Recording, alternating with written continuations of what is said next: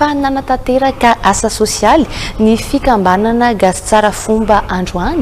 izany dia notariny filohany maître Feno ka zokiolony manodidina ny 200 no nisitraka izany tetsy atany katsaka itosy.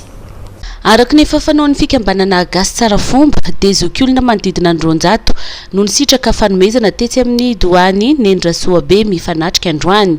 Izany moa no natao dia mba ho fanampiana ireo zokiolona amin'izao fiainana sarotra izao, hoy ny fanazavan'ny filohan'ny fikambanana maître Feno. Raha ny fanampiana sahala zao aloha raha fahasairana malagasy misy teny zay koa na iza eo na iza malagasy na iza koa olombelona.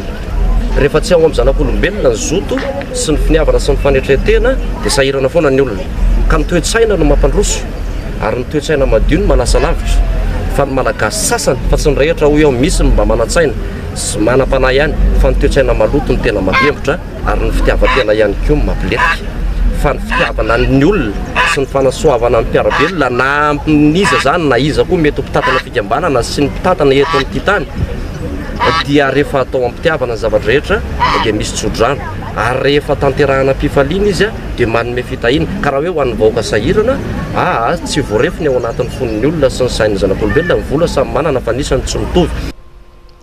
Efa fomba fatahotra amin'izay moa izao asa sosialy izao izay nolovaina tamin'ny Nendrasoabe mifanatrika ka ezahana foazina sy hotohizan'ny taranaka aty aoriana araka ny fanazavana entin'ny maître Feno hatrany. Ary zao zavatra zao no natao dia tsy voandroany fa isa-taona dia misy foana misy nefatra izy ao anatin'ny ray taona araka ny reny andro dia ao ny alamady be,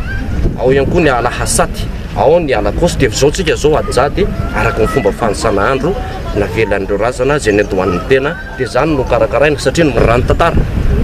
dia rahasoa mifanatsika dia fanahy olony fahamarinana ary araka izay maharasoa mifanatsika zay dia soa ihany no ifanetrehana satria raha ny fomba teo aloha rehefa endohatra zao ny fahavaratra ka hivatravatra dia misy ny atao hoe tsinjy vody andromerika dia izany no antony na tonga anay nanao zao hetsika izao fa ny fomba ny razana araka ny fomba mampanao no entina ianany tanterahana azy ka voninahitra